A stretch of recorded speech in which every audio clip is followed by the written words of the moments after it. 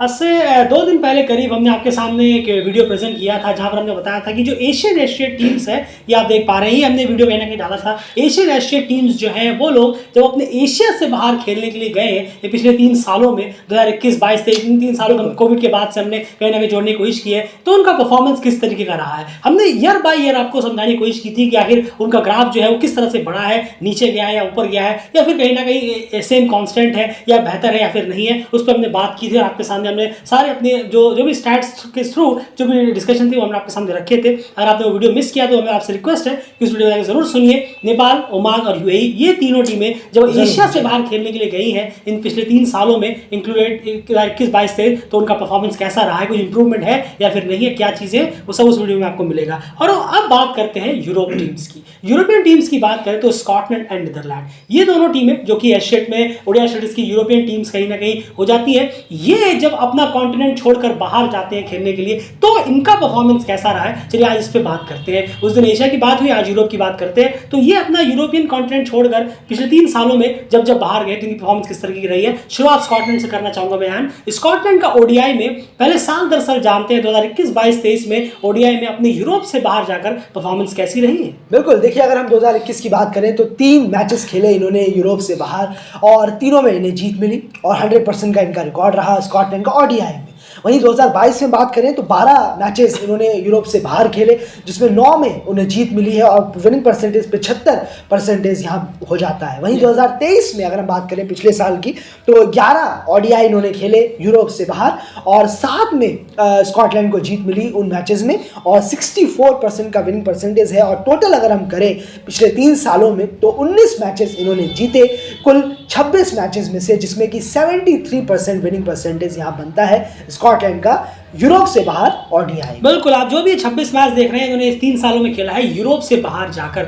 आप ये एक चीज़ गौर करने वाली बात है, 2021 में 100% था, फिर थोड़ा कम हुआ 75, फिर थोड़ा कम हुआ 64%, लेकिन ओवरऑल फिर भी अगर आप देखेंगे तो ये बैठ रहा है 73%। यही हम उस वीडियो में बात कर रहे थे कि किस तरह की डोमिनेटिंग परफॉर्मेंस है। ये होता है परफॉर्मेंस जब आप घर से बाहर जाते हैं। घर से बाहर परफॉर्मेंस इस लेवल की परफॉर्मेंस अगर हो तो डेफिनेटली टीम को प्राउड होता है कि हमें कोई फर्क नहीं पड़ता कंडीशंस वगैरह का, हम कहीं पे भी जाकर परफॉर्मेंस दे सकते हैं। इसी परफॉर्मेंस की हम बात कर रहे थे। ये बेहतरीन विनिंग परसेंटेज है और आउटस्टैंडिंग रिजल्ट है। 73% घर से बाहर जाकर मैच जीतना आउट ऑफ 100, ये गजब का एवरेज है और रिकॉर्ड है, क्या कहेंगे, है ना? नहीं, ज़रूर आउटस्टैंडिंग रिकॉर्ड है, कहना होगा। जिस तरीके से प्लेयर खेलते भी हैं, तैयारियां भी करते हैं, बहुत अच्छा लगता है क्योंकि कुछ प्लेयर जो है वो समर के वक्त पर काफ़ी ज़्यादा क्रिकेट जो है वो काउंटी या विटालिटी ब्लास्ट है, वो T20 फॉर्मेट है। लेकिन अब काउंटी में जिस तरीके का और ख़ासकर जो उनका एक डोमेस्टिक है उसको लेकर कहना होगा कि बहुत ज़्यादा स्ट्रांग है। क्यों?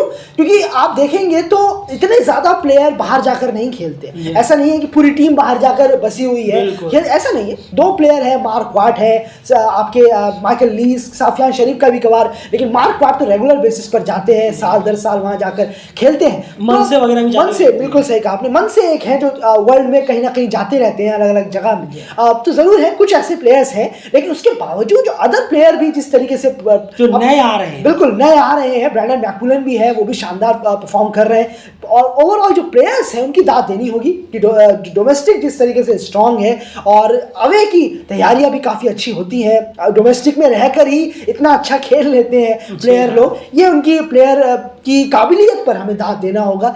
जबकि बजाय इसके कि 50 ओवर मैचेस टीम बाहर जाकर इतना नहीं खेलती, वो डायरेक्ट वर्ल्ड क्रिकेट लीग 2 ही हमें खेलती हुई नजर आई। बिल्कुल, क्योंकि आप अगर आपको बताएं, छोटा सा बहुत लंबा वीडियो बन सकता है उस पर, लेकिन आपको बताएं उनका अंडर 14 का डेज क्रिकेट चलता है।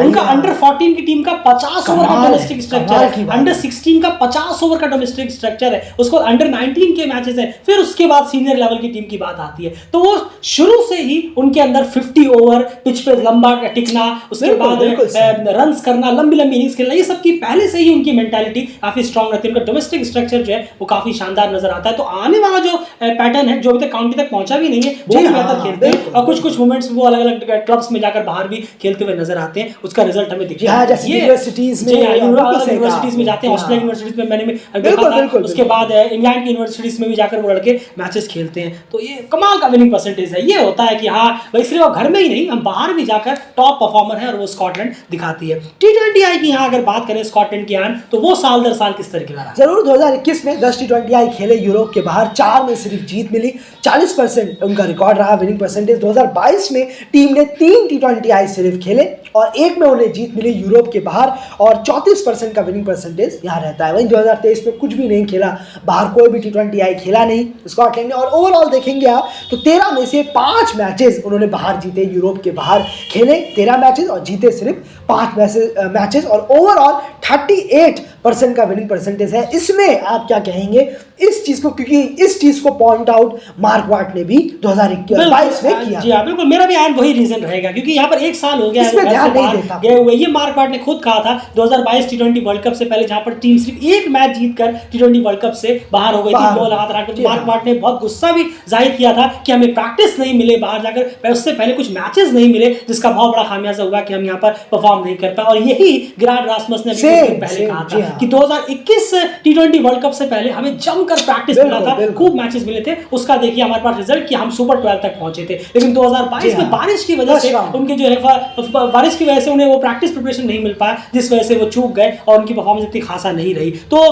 प्रिपरेशन यहाँ पर बहुत बड़ा रीजन था जिसकी वजह से ये ड्रॉप आप देख रहे हैं 38% का। और 2023 में जो उन्होंने यूरोप रीजन फाइनल खेला वो यूरोप में था, इसीलिए उनको उसको काउंट कर सका। यहाँ बात कर रहे हैं यूरोप के बाहर की। तो ओवरऑल एक साल पहले का है, 2022 तक का है, लेकिन 38% डेफिनेटली ये प्रिपरेशन ठीक से ना मिल पाने की वजह से ही हुआ है। क्योंकि यहाँ पर जो इन्होंने इनके जो मैचेस आप देख रहे हैं 2021-22 में, ये majority of matches full members के खिलाफ है T20 वर्ल्ड कप्स में। तो इसीलिए अब उनके खिलाफ खेलने के लिए आपको कुछ तो प्रिपरेशन चाहिए। अब स्कॉटलैंड यूएसए के साथ एक T20 सीरीज खेले और स्कॉटलैंड इंडिया, ऑस्ट्रेलिया या पाकिस्तान या वेस्ट इंडीज से अगर कोई T20 सीरीज खेले, दोनों में फर्क है। तो उसमें थोड़ी सी प्रिपरेशन आपको चाहिए होगी। यूएसए को तो वो बिना प्रैक्टिस के भी हरा सकते हैं, लेकिन बाकी टीमों के लिए थोड़ी प्रिपरेशन बेहतर होनी चाहिए। तो ये हाल है स्कॉटलैंड का ओवरऑल। अब बात करते हैं नीदरलैंड्स की।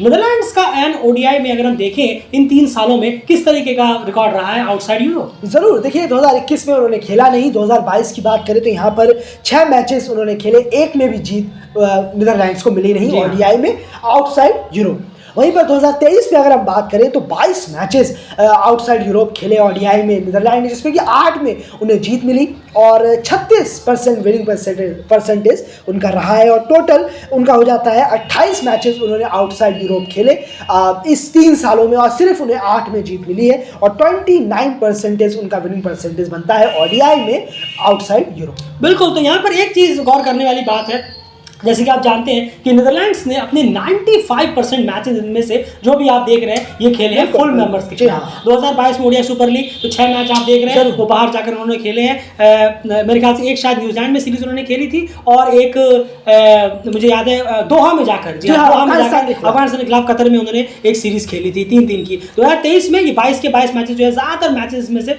आपको फुल मेंबर्स के खिलाफ मिलेंगे। तो 2022 के मुकाबले 2023 में बाहर जाकर इंप्रूवमेंट है, 36% यहाँ पर रेस उनका बड़ा है। अब नीदरलैंड्स का क्या है देखना तब होगा जब वो एशियट के खिलाफ यहाँ खेले। जरूर, जी हाँ, एशियट से, क्योंकि बाकी टीमों को तो एशियट वर्सेस एशियट अभी तक हम देख रहे थे, लेकिन यहाँ पर नीदरलैंड्स का फुल मेंबर्स के खिलाफ ओडीआई यहाँ तो एक जीत बहुत मैटर करती है यहाँ पर। तो नीदरलैंड जब एशियट के खिलाफ खेलेगा वर्ल्ड कप वीक 2 में, तब देखेंगे ये अवे परफॉर्मेंसेस कितना ग्राफ उठता है, तब रियल कंपैरिजन हो पाएगा। अब नेपाल, ओमान, यूएई ये सब तो अपने आपस में एशियट के खिलाफ खेल रहे हैं, इनकी विनिंग परसेंटेज है, लेकिन नीदरलैंड्स की फिर भी नीदरलैंड्स का 29% विनिंग परसेंटेज है आउटसाइड यूरोप फुल मेंबर्स के खिलाफ 95% मैच खेलकर, जो कि नेपाल से 6% ज्यादा है। बिल्कुल सही जी। नेपाल का आउटसाइड एशिया ने आपके सामने रखा था सिर्फ 23% है और नीदरलैंड का आउटसाइड यूरोप 29% है।